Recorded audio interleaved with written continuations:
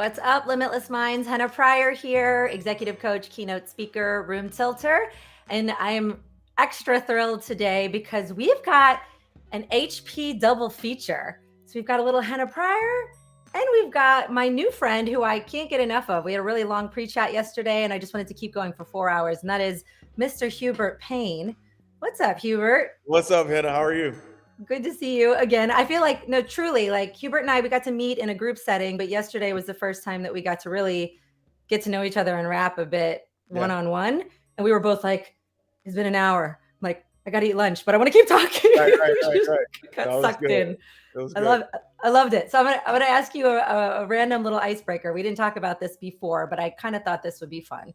Okay. What is a human quality that you really appreciate in people now that you didn't care about when you were younger? Ooh, empathy. Mm. Empathy. I don't know if I was hurt enough when I was young to understand the benefit of coming back from it and what it takes and how it helps us love each other, how it blocks us from loving each other.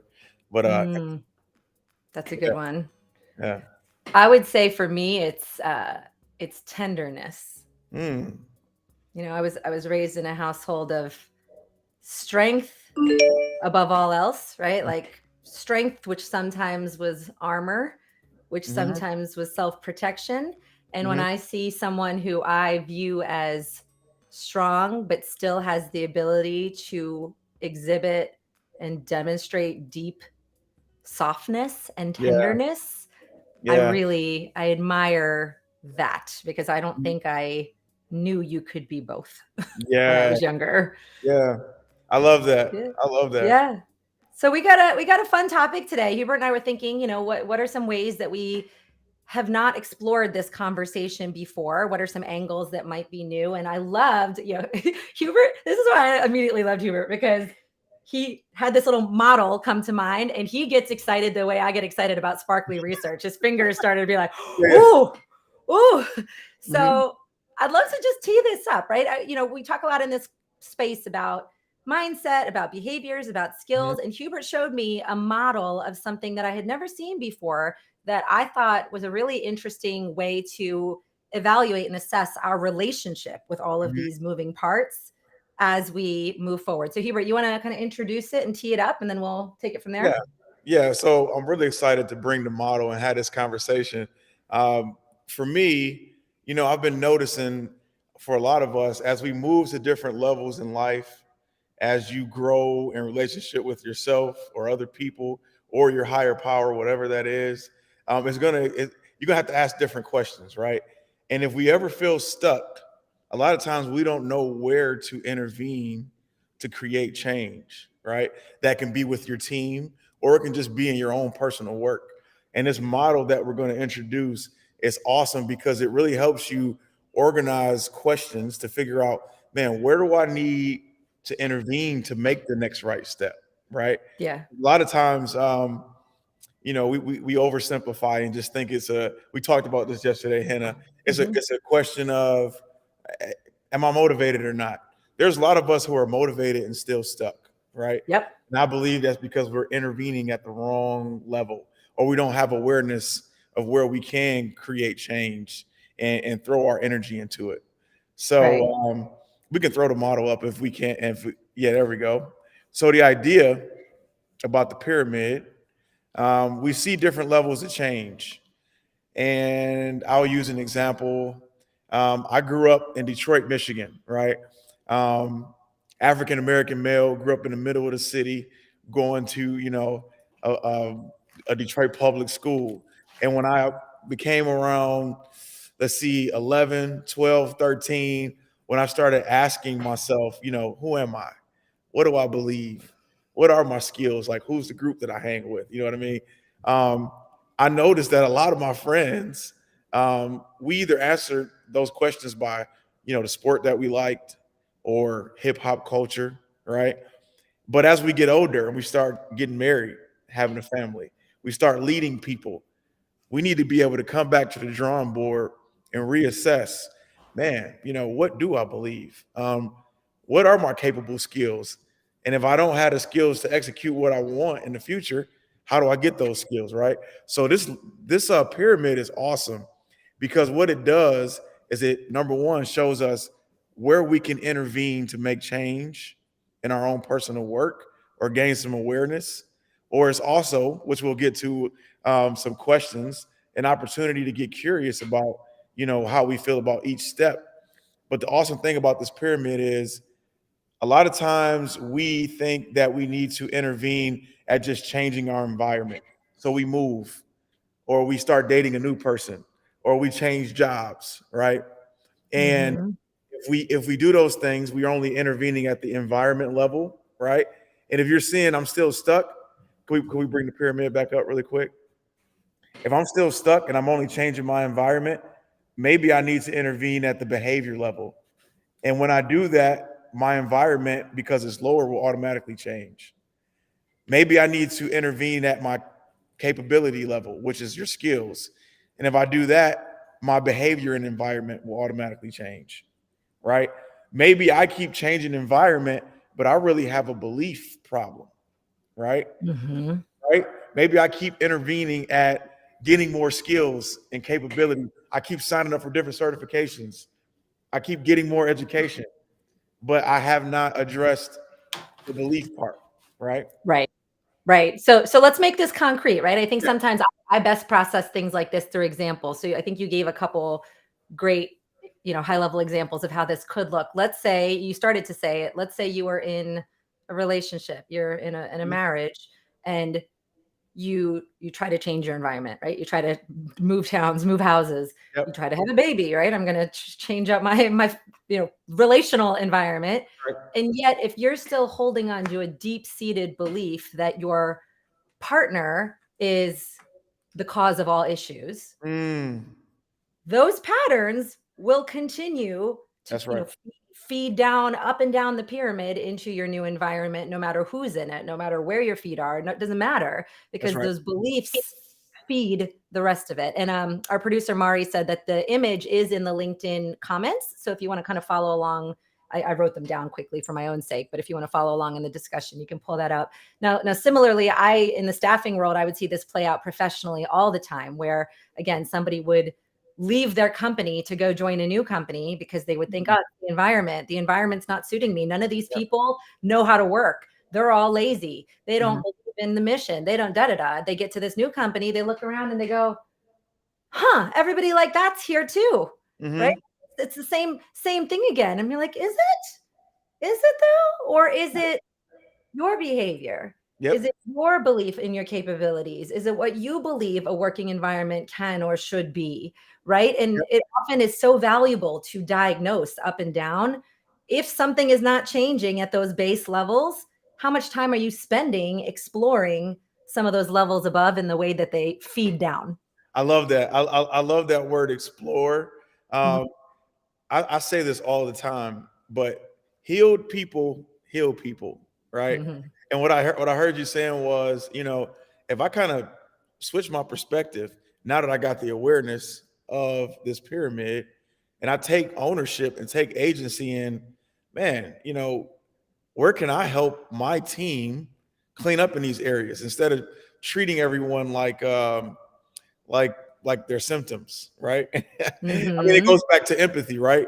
Well, if I have empathy for my team and I'm taking agency, I can use this pyramid to clean up so many things. But it starts Yeah. with me. It starts with my perspective, right? So if I'm Yeah. taking agency and I'm owning it, man, I got a set of glasses that I can see here's where we're weak. Here's where we're kind Yeah. of missing the mark. And instead of running, we can literally change culture with this pyramid.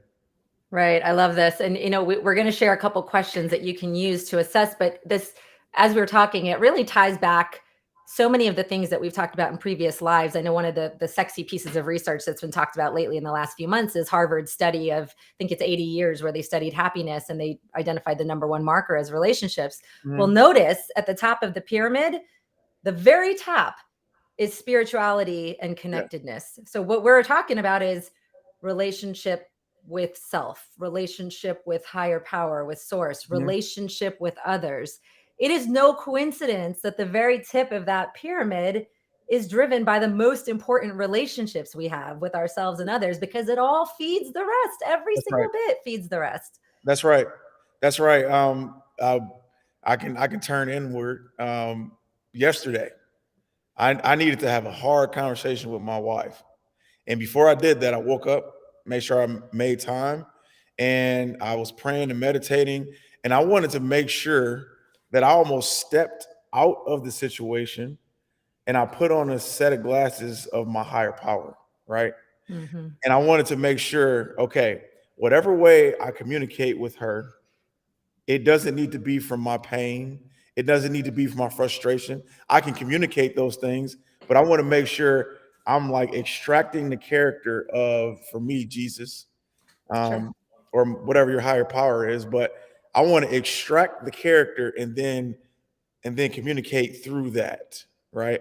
I want to make sure my hurt and damaged parts aren't the ones that are leading the conversation, because then we get into blame and we can really get into a lot of judgment.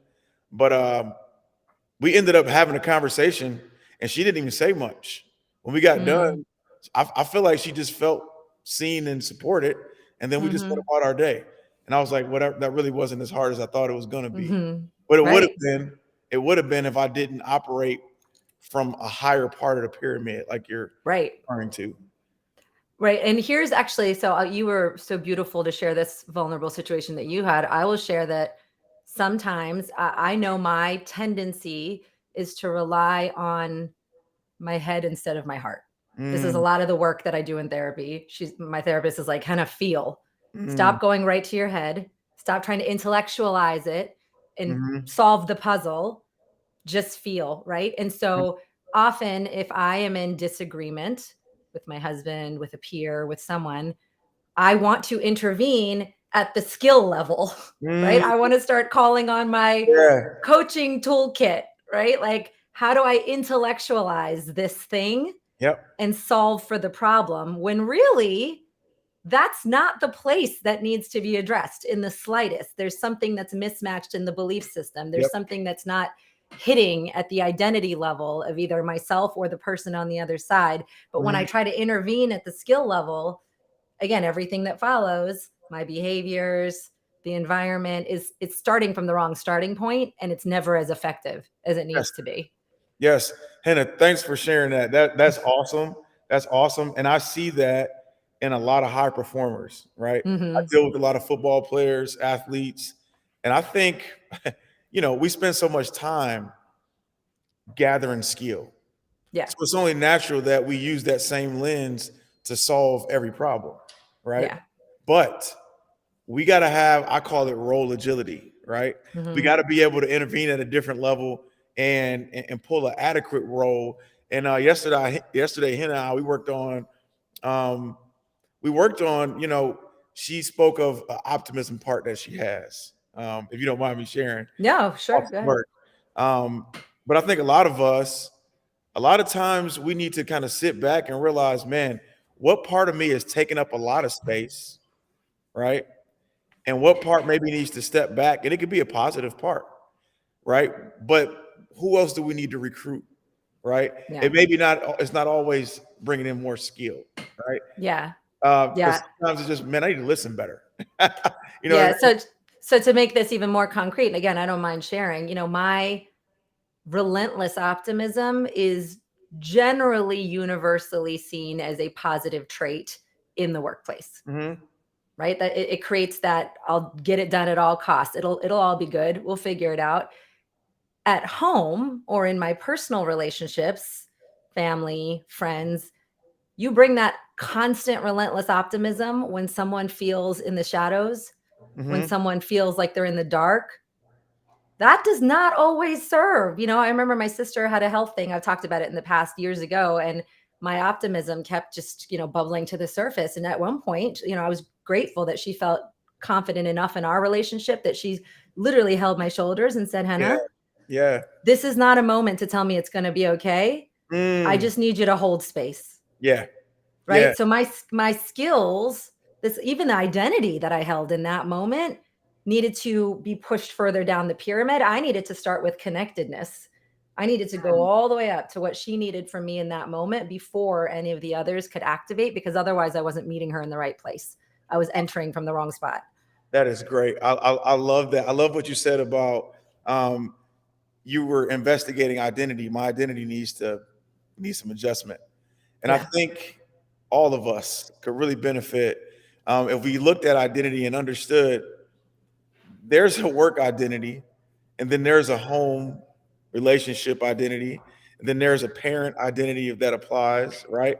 Then there's a whole different identity for how I show up for myself.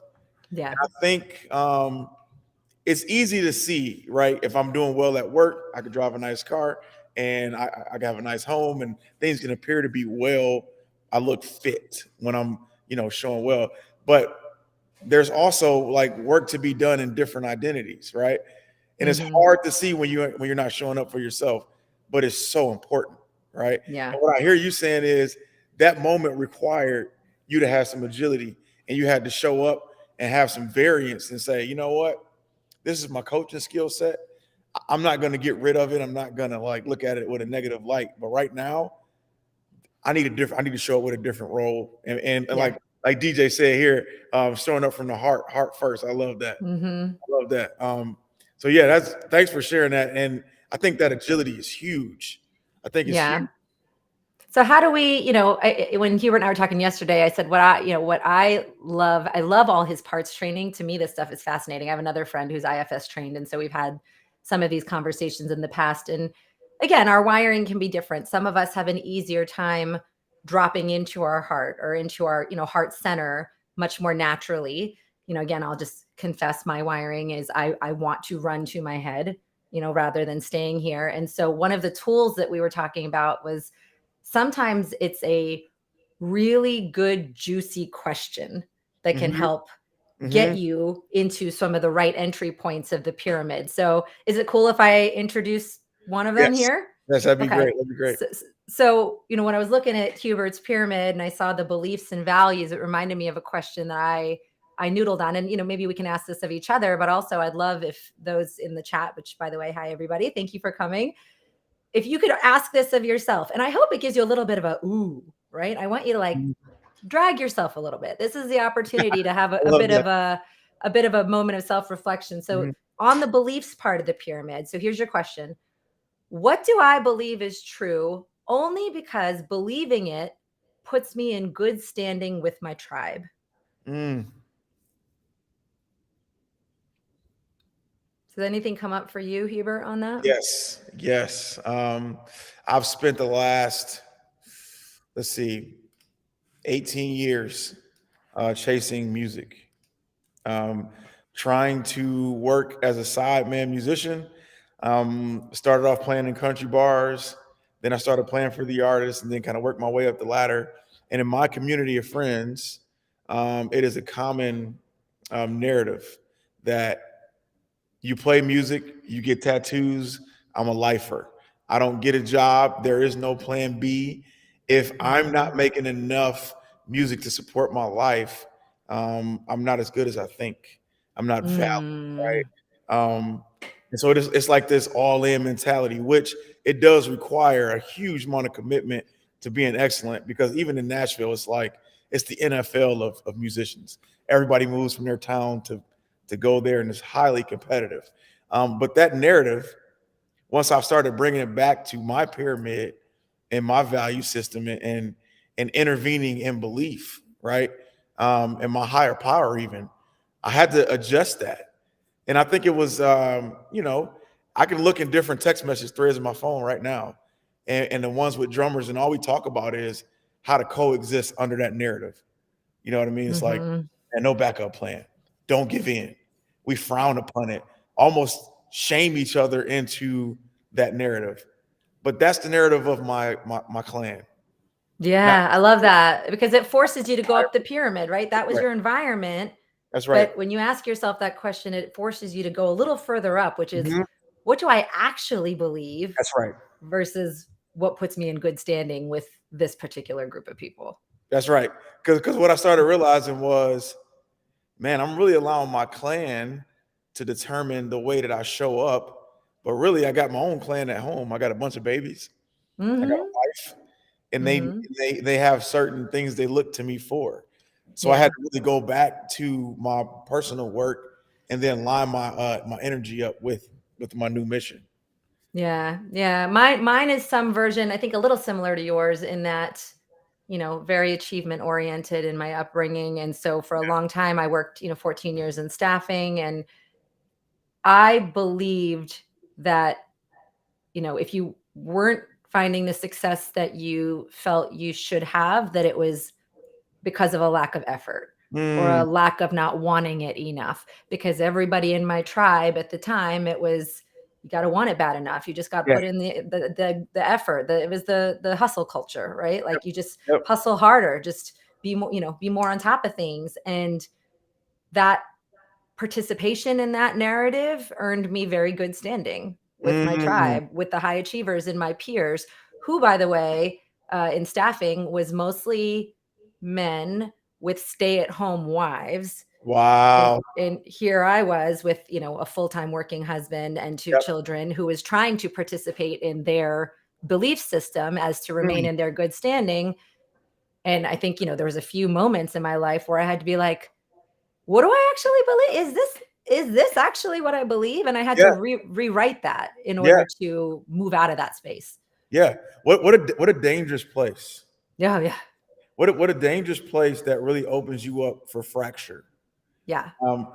We're talking about a lot of things in hindsight, but I just definitely want to speak to, if you're doing this work and you're doing it correctly, you're going to run into where you have fracture. Yeah. I just want to at least, speak to, that's okay. And that's why we're doing it. But if the more awareness you have around this stuff, the fracture drives you to do the work. Yeah. And I just want to say there's hope on the other side of it, like diving into it. And I'm just thinking about you being in that situation where it's like you're adopting a mindset of a group of people who don't have your life. Right. They may have one or two values that are the same, but like, man, that's a dangerous place to be in. And I'm glad that you were able to kind of pull it back and reassess. Yeah. I love what you said, though. It's never too late to slide up and down the pyramid. It's never too late to take another look at it. So I'm looking at the time. Let's do one more little bomb of a question. Okay. So I'm going to ask it of you, Hubert, but we'll ask it of our audience too. Is this thing I'm worried about actually a problem? Or am I looking for problems to worry about because they make me feel in control? So I think this ties to kind of the behavior side of the pyramid, right? Like, how are you spending your days? Is this thing I'm worried about actually a problem? Or am I looking for problems to worry about because they make me feel in control? Yeah. Guilty as charged. Guilty. And I'll say this, if we're intervening at belief or even the top of the pyramid, we have to address the question, what problems are we accepting and what problems are we going to trust and faith our way through it? And I think that's a consistent work for me, because I struggle with that one. I want to control everything. I want to, I have a hard time delegating. I got a hard time trusting other people, right? And I got a lot of room to grow in that area. But that's an awesome question. Yeah. What strikes me about this question is I know that my belief system around this needs adjusting because of one pretty clear cue. And that is, again, I'm just going to confess, I'm not proud of this, but when I finish a big project or solve a particularly meaty problem, the calm that follows, I'm like fidgety. I'm like, what's the next thing? Like, what's the next big project to solve? What's the calm is almost like the silence of being done solving a big thing is almost deafening. And so again, I think I'm still working through the wiring of, thriving in busy, thriving in constant chaos versus appreciating a job well done, enjoying the rest and the appreciation of what just occurred. So then, subconsciously I am scanning for what's the next problem to solve? What's the next thing that needs my attention, rather than actually just relishing what Yeah. was just completed. And that's a belief system thing that needs to, again, I need to move back up. Okay. So Henna, I'm going to ask you, Yeah. what other parts do you need to recruit? What other parts need to be more present for you to be able to sit in the moment? The part compassion for Okay. sure. The part that allows me to accept success and enjoy the quiet that results from a job well done. Mm-hmm. The part that knows she's enough Yeah. without having to constantly be solving other people's problems or achieving success. She needs to come out for sure. Mm-hmm. Oh, what else? Probably also just the part of me that believes that she just by existing, it's the enoughness. It all boils down to the enoughness. You're Just enough. by being I love here that. and breathing, just trusting that that's enough. You don't need to do anything I felt else. that. I felt that. You're enough. Yeah. I love that. Yeah. So we got like a couple minutes left. If there's any questions, feel free to drop it in the chat. But Hubert, just in general, like if we were to think about if they were to take this pyramid image and workshop it on their own in their real time, is there any tips or suggestions you'd give someone? How could they use this to help feed their own self-assessment or self-reflection about where they're at right now? Yeah. So take a situation that you just want to get more curious about, right? You don't put a bunch of pressure. I got to fix because you're not broken, right? And this is a journey. It's not a light switch. Right. So what's the situation that you want to be more curious about? I find that people struggle and feel fractured in three ways: with themselves, in relationship with other people, and their higher power. So in those three bags, right, is there a situation you want to get more curious about? And if you do, where are you stuck? And then just start looking at the pyramid and having an honest conversation of what's the narrative around each level, right? Yeah. And What's behind this? Like yeah, what's the thing that's underneath of this at this yeah, level? yeah, and it's really endless, awesome work, right? With tons of rewards, and a lot of times, and I'll say this before we close, for environment, for example, a lot of times we are focused on I need to change, I need to move here, I need to go there, but also consider each level internally. So I also operate with a certain kind of internal environment. And maybe I need to make an intervention and intervene on the internal environment level. So for me, that certain music that I listen to, I'm like, man, I can't really, that's not really serving how I'm trying to show up. And so I had to intervene at the internal because it's affecting my mood and my state. So that's something that I did to change my internal environment, right? Yeah. What's my internal behavior, right? All of these levels can be turned inside, right? Yeah. And the biggest thing is to my hope, use this to see others with a more compassionate eye. Yeah. Because a lot of times people show up and they're bringing you a bunch of anxiety and you don't want to deal with it. And you can see, oh, they're in the wrong environment. But Yeah. I didn't put them in the right environment. I can take responsibility there, right? Yeah. I didn't have situation, right? And to be clear, this work's not easy. I mean, Hubert and I had a really beautiful conversation yesterday. I shared some personal things that I'm, working through right now. And to take yourself out of environment as a solution, behavior as a solution, capabilities, that stuff's easy. And you can make, circles around any of that stuff to go into beliefs, to go into identity. That is that inward work. And it can feel like the floodgates open when you start to explore in that way. And so no one is saying this is easy work, but I personally am already seeing tremendous shift in all of the beneath layers now that I'm addressing these other layers. And, I know Hubert believes that as well. If you just do the work, it's worth it. Yeah. Take it one step at a time.